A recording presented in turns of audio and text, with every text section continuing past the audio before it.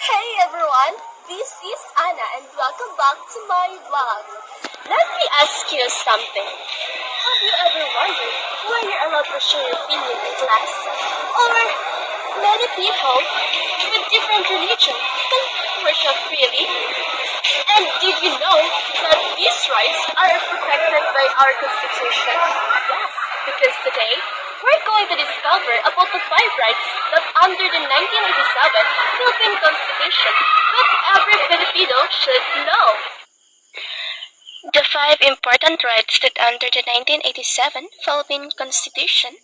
First is we have the freedom of speech, expression, press, assembly, and petition. And that is under section number 4. First question. Have you ever shared your opinion during a class discussion? And if your answer is yes, then you've already exercised your freedom of speech. And these rights allows us to express our thoughts, ideas, and opinions freely, as long as we do it with respect and responsibility. So, for example, your teacher asks, should students be allowed to use cell phones in school? And you answer, I think they should be allowed, but only for educational purposes. And even if others disagree, but everyone has the chance to share their opinion respectfully. And remember, freedom of speech doesn't mean saying anything you want. It means expressing yourself responsibly. Second is we have the freedom of religion. That is under the section number 5.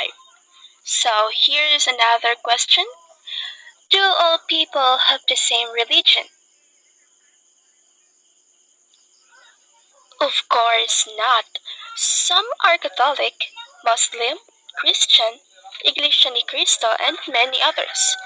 So our Constitution protects everyone's freedom of religion. It means that you are free to practice your own faith without being forced or judged. So, for example, your Catholic friend treats your Muslim classmate with respect during Ramadan. Even though they have different beliefs, they remain good friends. And that's freedom of religion. And always remember, we may have different beliefs, but respect should always bring us together. So third is we have the right to information, and that is under section 7. Next question. Before sharing a post online, do you check if it's true? Yes, you should, because the right to information gives us access to information about matters that concern the public. For example, you're making a research project about government programs. Instead of believing random social media posts, you visit the official government websites for accurate information. And that's the right to information.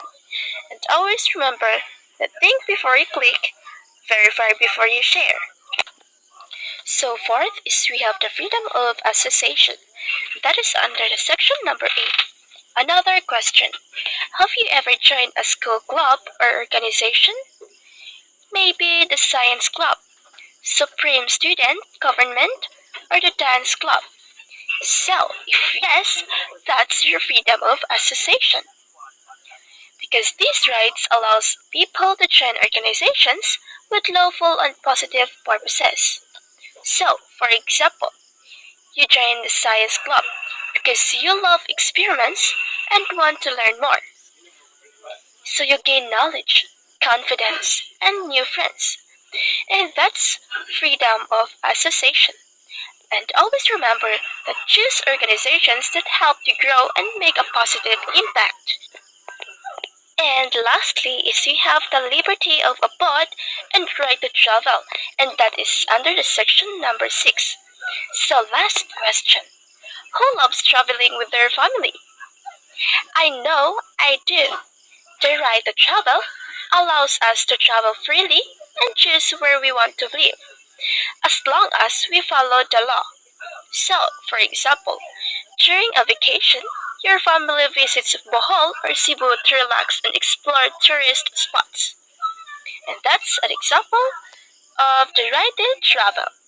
And always remember that freedom comes with a responsibility.